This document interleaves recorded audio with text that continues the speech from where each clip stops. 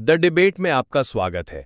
आज हम रसायन विज्ञान की एक बहुत ही जानी पहचानी लेकिन हाँ, गहराई में जाने पर काफी पेचीदा अवधारणा पर बात कर रहे हैं। समावयवता यानी आइसोमेरिज्म। हम सब ने शायद स्कूल में रटा होगा कि आइसोमर वो यौगिक होते हैं जिनका मॉलिक्यूलर फॉर्मूला तो एक जैसा होता है, पर परमाणुओं की जमावट, उनकी व्यवस्था अलग होती है। दंडवन मतलब सीधे शब्दों में कहें तो एक ही सामग्री से बने अलग अलग ढांचे। लेकिन सवाल ये उठता है कि इन अलग अलग ढांचों को समझने और वर्गीकृत करने का जो पारंपरिक तरीका है, मुख्य रूप से संरचनात्मक स्ट्रक्चरल और त्रिवियम स्टीरियो आइसोमेरिज्म में बांटना, क्या वो वाकई मतलब पूरी तरह से इस पूरी तस्वीर को सही ढंग से पेश करता है, या फिर ये वर्गीकरण कुछ अहम बारीकियों को, कुछ खास तरह के आइसोमर्स की अनूठी प्रकृति को नजरअंदाज कर देता है? हमारी ये चर्चा हमेशा की तरह उपलब्ध स्रोत सामग्री पर आधारित है। मेरा मानना है कि ये पारंपरिक संरचनात्मक त्रिविम वर्गीकरण एक मजबूत और जरूरी आधार है जो हमें आइसोमर्स की विशाल दुनिया को समझने में मदद करता है। और यहीं पर मैं थोड़ा अलग सोचती हूँ। मेरा मानना है कि ये संरचनात्मक त्रिविम का विभाजन हालांकि शुरुआती समझ के लिए उपयोगी है, बिल्कुल, पर ये आइसोमेरिज्म की पूरी कहानी नहीं कहता। ये कुछ मामलों में आप कह सकती हैं हद से ज्यादा सरलीकरण कर देता है और कुछ खास घटनाओं जैसे चलावयवता या फिर नाभिकीय समावयवता जैसी बिल्कुल अलग चीजों को ठीक से जगह नहीं दे पाता, जिससे थोड़ा भ्रम पैदा हो सकता है। ठीक है, तो मैं अपनी बात स्पष्ट करता हूं। देखिए, आइसोमर्स को बांटने का ये जो तरीका है 1-2, ये असल में दो बुनियादी सवालों के जवाब पर टिका है। पहला, परमाणु एक दूसरे से जुड़े कैसे हैं? अगर जुड़ाव यानी कनेक्टिविटी ही अलग है तो हम उसे संरचनात्मक समावयवता कहते हैं 1-6। दूसरा सवाल, अगर जुड़ाव एक जैसा है तो परमाणु अंतरिक्ष में यानी 3D स्पेस में कैसे व्यवस्थित हैं? अगर इस व्यवस्था में फर्क है तो वो त्रिविम समावयवता कहलाती है 1-2। ये वर्गीकरण इसलिए मौलिक है क्योंकि ये अणु के बनने के दो सबसे बुनियादी पहलुओं बंधन और स्थानिक आकार को अलग करता है। संरचनात्मक समावयवता में हमें कई तरह के उदाहरण मिलते हैं जो दिखाते हैं कि जुड़ाव कैसे बदल सकता है, जैसे कार्बन की सीधी चेन वाला ब्यूटेन और वो जो शाखित चेन वाला होता है 2-मिथाइल प्रोपेन। दोनों का फॉर्मूला C4H10 है, पर कार्बन का ढांचा ही अलग है। ये हुई श्रृंखला समावयवता, चेन आइसोमरिज्म 6-7-8। या फिर सोचिए ब्यूट 1-इन और ब्यूट 2-इन के बारे में। दोनों C4H8, लेकिन डबल बॉन्ड की जगह अलग है। ये स्थान समावयवता हो गई 10-11-13। इसी तरह बिल्कुल अलग क्रियात्मक समूह वाले अणु भी आइसोमर हो सकते हैं, जैसे डाइमिथाइल ईथर और एथिल अल्कोहल। दोनों C2H6O, पर एक ईथर है, दूसरा अल्कोहल। ये हुई क्रियात्मक समूह समावयवता, फंक्शनल ग्रुप आइसोमरिज्म 13-14। हाँ, ये उदाहरण तो संरचनात्मक भिन्नता को अच्छी तरह दिखाते हैं, इसमें कोई शक नहीं है। बिल्कुल। और फिर मध्यावयवता भी है, जहां एक ही क्रियात्मक समूह जैसे ईथर ऑक्सीजन के दोनों तरफ कार्बन चेन की लंबाई अलग अलग हो सकती है, जैसे इथॉक्सी ईथेन और मेथॉक्सी प्रोपेन में। दोनों C4H10O 15-16। ये सब दिखाते हैं कि परमाणुओं के जुड़ाव में कितने तरीकों से भिन्नता आ सकती है। अब आते हैं त्रिविम समावयवता पर। यहां जुड़ाव तो समान है, पर 3D व्यवस्था अलग है। इसका क्लासिक उदाहरण है ज्यामिति समावयवता, ज्योमेट्रिकल आइसोमेरिज्म, जैसे सिस और ट्रांस रूप, जो अक्सर डबल बॉन्ड के आसपास देखने को मिलते हैं, जैसे सिस ब्यूट 2-इन और ट्रांस ब्यूट 2-इन 21-22-23। और दूसरा है संरूपणीय समावयवता, कॉन्फर्मेशनल आइसोमेरिज्म, जो सिंगल बॉन्ड के घूमने से पैदा होती है, जैसे ईथेन के वो स्टैगर्ड और एक्लिप्स्ड रूप 25। तो मेरा कहना यह है कि यह संरचनात्मक त्रिविम ढांचा हमें इन सभी विभिन्नताओं को एक तार्किक क्रम में रखने और समझने का एक स्पष्ट रास्ता दिखाता है। मैं इस बात से सहमत हूँ कि ये ढांचा शुरुआती वर्गीकरण के लिए उपयोगी है और इसने रसायन विज्ञान में महत्वपूर्ण भूमिका निभाई है, बिल्कुल। लेकिन मेरी आपत्ति इसकी पर्याप्तता और कुछ मामलों में इसकी सटीकता को लेकर है। जब हम गहराई में जाते हैं तो कुछ चीज़ें इस साफ सुथरे विभाजन में, आप कह सकती हैं, फिट नहीं बैठती, या कम से कम उनकी खास प्रकृति दब जाती है। सबसे पहले बात करते हैं चलावयवता, कटौटोमेरिज्म की, जिसे आपने संरचनात्मक के तहत रखा। हाँ, संतुलन में मौजूद कीटो और इनोल रूप 19-20 संरचनात्मक रूप से भिन्न हैं। उनकी कनेक्टिविटी अलग है, 17-18। लेकिन यहाँ मुख्य बात यह है कि ये दो अलग अलग स्थिर अणु नहीं हैं जिन्हें आप अलग बोतलों में रख सकें। ये रूप एक दूसरे के साथ बहुत तेजी से एक गतिशील संतुलन, डायनामिक इक्विलिब्रियम में रहते हैं। 17 अक्सर एक प्रोटॉन के अणु के भीतर ही एक जगह से दूसरी जगह कूदने और बॉन्ड के पुनर्व्यवस्थित होने से। 18 ये एक सतत चलने वाली प्रक्रिया है। 2-मिथाइल प्रोपेन 7-8 जैसे स्थिर संरचनात्मक आइसोमर्स के साथ रखना, मुझे लगता है इसकी इस गतिशील प्रकृति को कम आंकना है। ये सिर्फ संरचना का अंतर नहीं, ये एक तरह से एक रासायनिक प्रक्रिया भी है जो लगातार चल रही है। मैं समझता हूँ आप गतिशील पहलू पर जोर दे रहे हैं, लेकिन क्या संतुलन में मौजूद दोनों रूपों की अपनी अलग संरचनात्मक पहचान नहीं है? 17-18 कीटो रूप में C=O बॉन्ड है, इनोल में C=C और OH 19 और 20। ये संरचनात्मक अंतर तो वास्तविक हैं।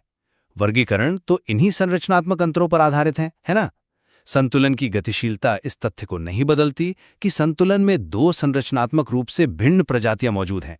इसलिए इसे संरचनात्मक आइसोमेरिज्म का एक विशेष गतिशील उपप्रकार मानना मुझे लगता है तर्कसंगत है। यहाँ मेरा नजरिया थोड़ा अलग है।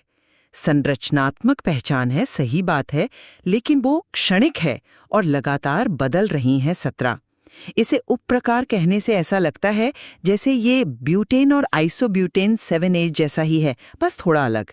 लेकिन ये गुणात्मक रूप से भिन्न है। ब्यूटेन और आइसोब्यूटेन दो अलग यौगिक हैं जिन्हें आप सालों तक अलग अलग रख सकती हैं। कीटो और इनोल रूप 19-20 एक ही बर्तन में एक साथ मौजूद होते हैं और लगातार एक दूसरे में बदलते रहते हैं। 17-18 ये एक संतुलन मिश्रण है। शायद हमें इसे संरचनात्मक और त्रिविम के बीच कहीं रखने की जरूरत है, या एक अलग श्रेणी में, क्योंकि इसमें संरचनात्मक बदलाव, बॉन्ड का टूटना बनना और अक्सर स्थानिक पुनर्व्यवस्था दोनों शामिल होते हैं। इसे सिर्फ संरचनात्मक कहना इसकी पूरी कहानी नहीं बताता मेरे हिसाब से। ये एक दिलचस्प विचार है कि इसे कहीं बीच में रखा जाए। चलिए अब संरूपणीय समावयवता पर आते हैं, जिसे हमने त्रिविम के तहत रखा है। 25 आपने पहले इशारा किया था कि ये रूप आसानी से एक दूसरे में बदल जाते हैं। ये बिल्कुल सच है। ईथेन के स्टैगर्ड और एक्लिप्स्ड रूप 25 कमरे के तापमान पर 1 सेकंड में लाखों करोड़ों बार एक दूसरे में बदल जाते हैं, क्योंकि C सिंगल बॉन्ड के चारों ओर घूमना बहुत आसान होता है, बहुत कम एनर्जी लगती है। लेकिन क्या वे स्थानिक रूप से भिन्न नहीं है? 1-2 स्टैगर्ड रूप में हाइड्रोजन परमाणु एक तरह से व्यवस्थित होते हैं, एक्लिप्स्ड में दूसरी तरह से। कनेक्टिविटी समान है पर 3D व्यवस्था अलग है। ज्यामिति आइसोमर्स जैसे सिस और ट्रांसब्यूटुइन 21-22 में भी यही होता है। कनेक्टिविटी समान, 3D व्यवस्था अलग। फर्क सिर्फ इतना है कि ज्यामिति आइसोमर्स के बीच रूपांतरण के लिए ज्यादा ऊर्जा चाहिए, मतलब डबल बॉन्ड को तोड़ना पड़ता है एक तरह से, जबकि संरूपणीय आइसोमर्स के लिए बहुत कम। लेकिन बुनियादी सिद्धांत समान, जुड़ाव, भिन्न स्थानिक व्यवस्था तो दोनों पर लागू होता है। इसलिए दोनों को त्रिविम समावयवता के तहत रखना मुझे तर्कसंगत लगता है। आप ऊर्जा बाधा के अंतर को मात्रात्मक बता रहे हैं, लेकिन यहीं पर मुझे एक महत्वपूर्ण गुणात्मक अंतर नजर आता है। रूपांतरण की आसानी 25 का मतलब है कि आप ईथेन के स्टैगर्ड और इक्लिप्स्ड रूपों को सामान्य परिस्थितियों में अलग नहीं कर सकते। वे एक ही अणु के अलग अलग क्षणिक आकार हैं, एक तरह से उसकी मुद्राएं हैं, आप कह सकती हैं। दूसरी ओर सिस-ब्यूटुइन और ट्रांसब्यूटुइन 22-23 दो बिल्कुल अलग रासायनिक पदार्थ हैं।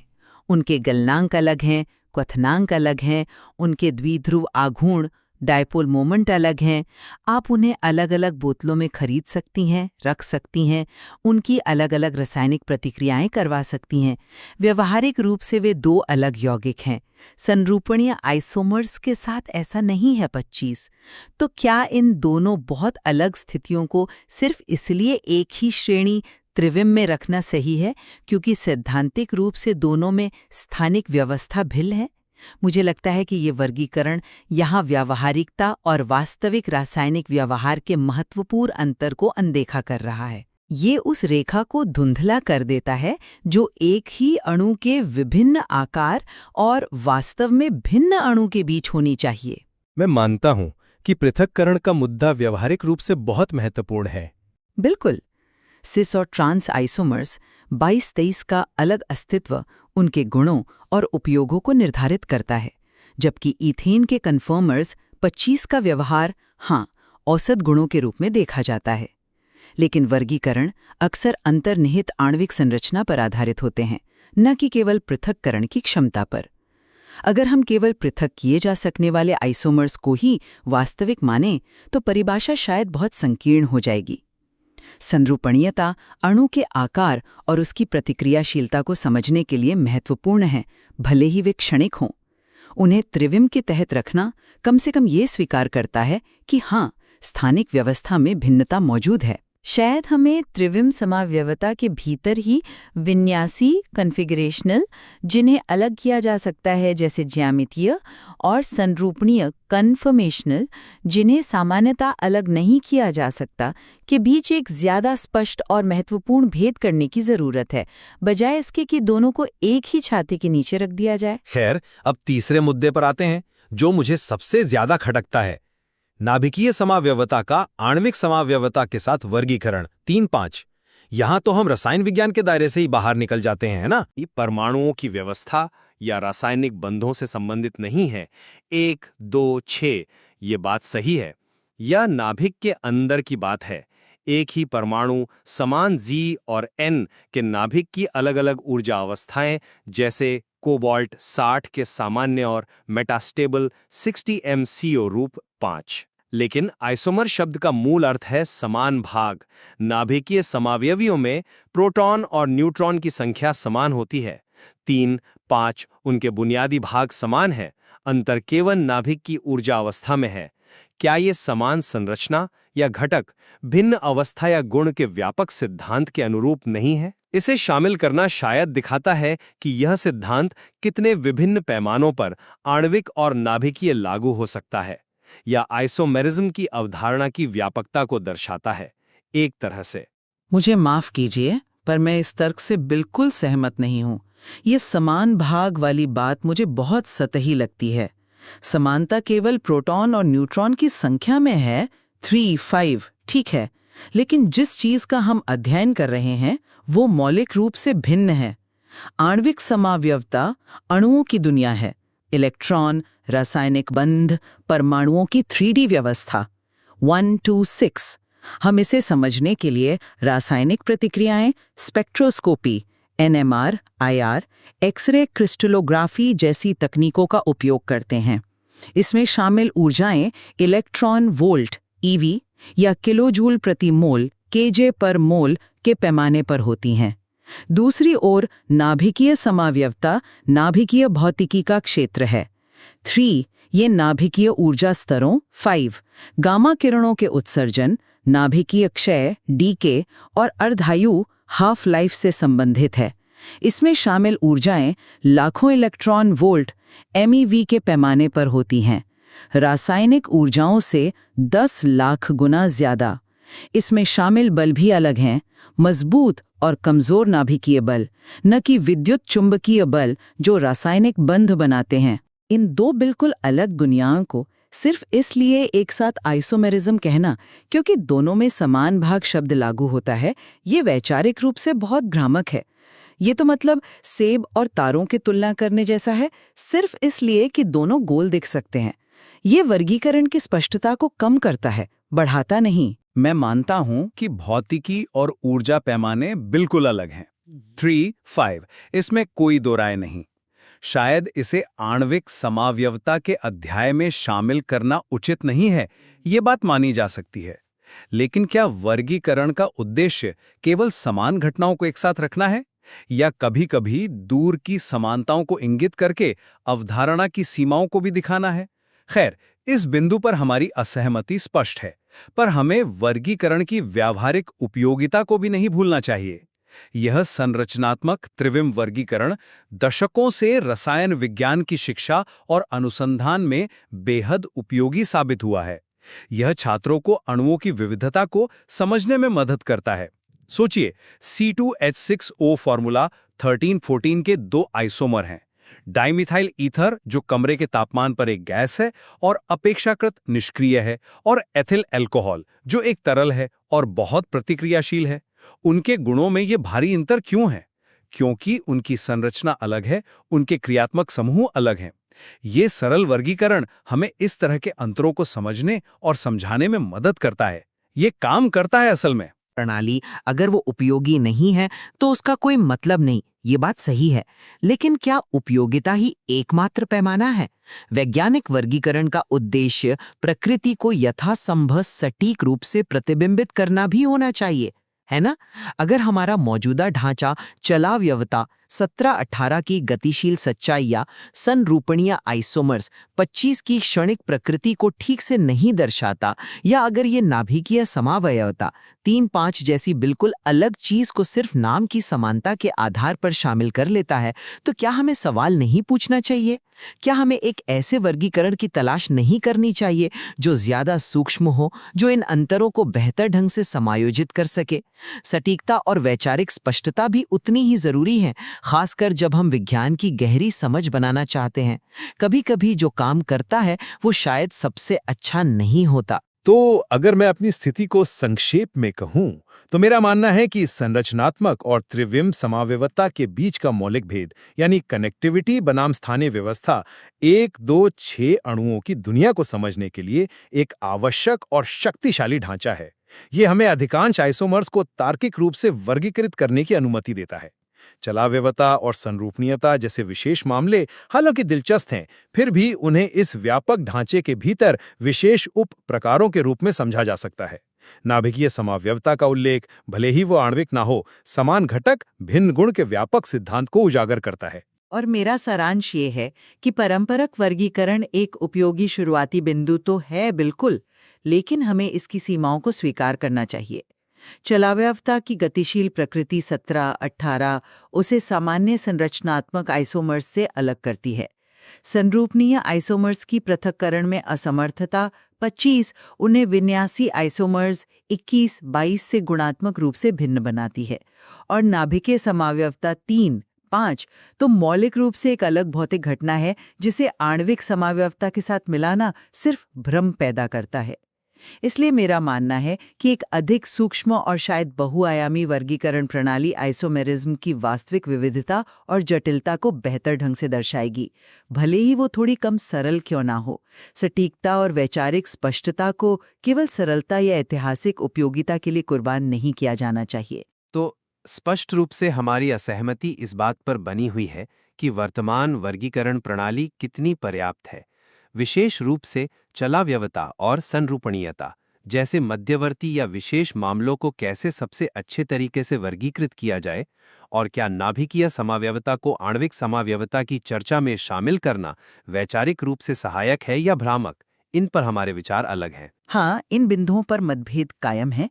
हालांकि हम दोनों इस बात पर पूरी तरह सहमत हो सकते हैं कि समावयवता अपने आप में रसायन विज्ञान की एक केंद्रीय और आकर्षक अवधारणा है। इसका महत्व सिर्फ अकादमिक नहीं है, बल्कि दवा डिजाइन से लेकर पदार्थ विज्ञान तक हर जगह है।